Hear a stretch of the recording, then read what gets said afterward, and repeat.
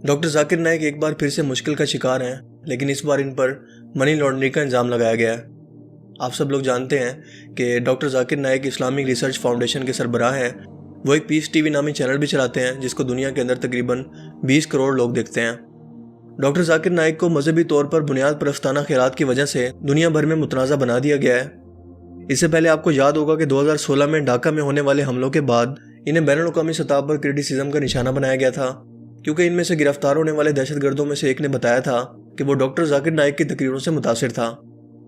جو کہ آپ جانتے ہیں کہ ایک بہت بڑا سیٹ اپ تھا، پلان تھا جو انڈین حکومت کی طرف سے کیا گیا تھا تاکہ ڈاکٹر ذاکر نائک کو کسی طرح سے بدنام کر سکیں۔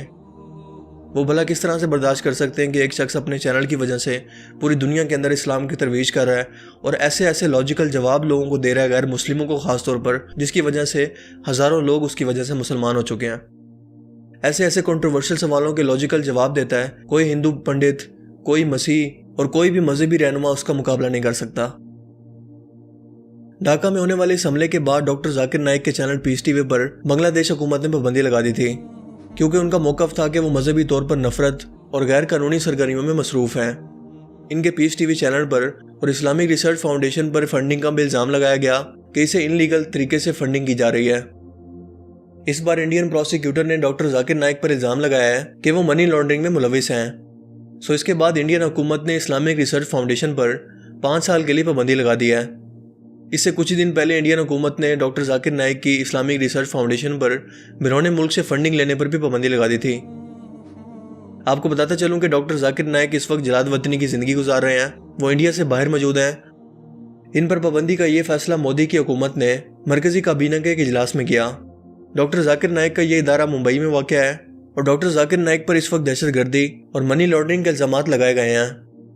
ان کا انڈین پاسپورٹ جنوری کے اندر ختم ہو گیا تھا، جس کی میعاد 10 سال تھی، لیکن جب اسے رینیو کرانے کی کوشش کی گئی تو ان کے پاسپورٹ پر بھی پابندی لگا دی گئی،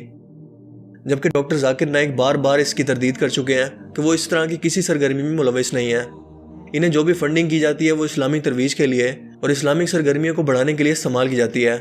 جو کہ پورا کا پورا لیگل پروسیس ہے۔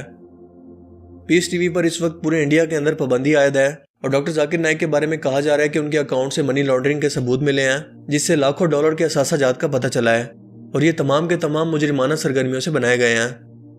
اور اسی پیسے سے اس ریسرچ فاؤنڈیشن کی جائیدادیں خریدی گئی، جس سے یہ فرقہ وارانہ تقریریں کی جا رہی ہیں۔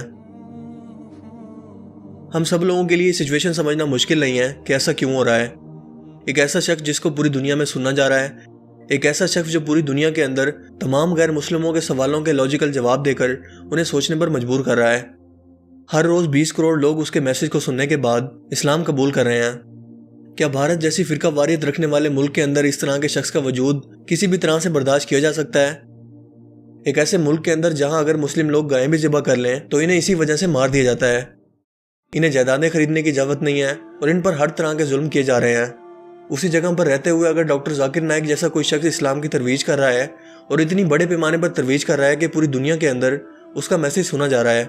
تو کیا انڈین حکومت ایسے شخص کا وجود برداشت کرے گی؟ یہی وجہ ہے کہ ان پر طرح طرح کے مختلف الزامات لگا کر انہیں پھنسانے کی کوشش کی جا رہی ہے۔ انہیں دہشت گرد قرار دے دیا گیا ہے کہ وہ کسی بھی طرح سے اس سے باز آ جائیں، لیکن مسلمان اس طرح کے کسی بھی حالات سے گھبرایا نہیں کرتا۔ ڈاکٹر ذاکر نائک جو کام کر رہے ہیں وہ انبیاء کا کام ہے، وہ انبیاء کی میراث ہے، کیونکہ اس سے پہلے پیغمبر آیا کرتے تھے جو لوگوں تک اللہ تعالیٰ کا پیغام پہنچایا کرتے تھے، لیکن اب نبوت کا سلسلہ ختم ہو چکا ہے۔ اسی لیے یہ ڈاکٹر ذاکر نائک جیسے علماء کی ذمہ داری ہے کہ وہ اسلامک ریسرچ فاؤنڈیشن جیسے اداروں کا استعمال کرتے ہوئے پوری دنیا کے اندر اسلام کی ترویج کریں اور پوری دنیا کو اس کے بارے میں بتائیں، تاکہ قیامت کے روز یہ لوگ یہ نہ کہہ سکیں کہ ہم تک اسلام کا پیغام پہنچا نہیں تھا۔ ہماری دعائیں ڈاکٹر ذاکر نائک کے ساتھ ہیں کہ اللہ تعالیٰ انہیں مزید ہمت، استقامت عطا فرمائے اور وہ اس تمام سچویشن سے باہر نکل سکیں۔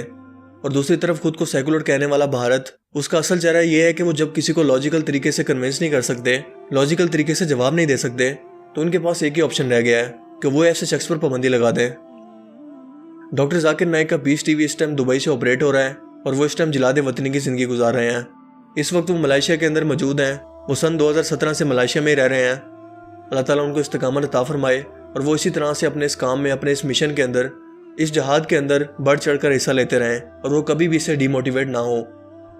اللہ تعالیٰ ان کی غیبی مدد فرمائے اور ان کو اس سچویشن سے نکلنے کی توفیق عطا فرمائے۔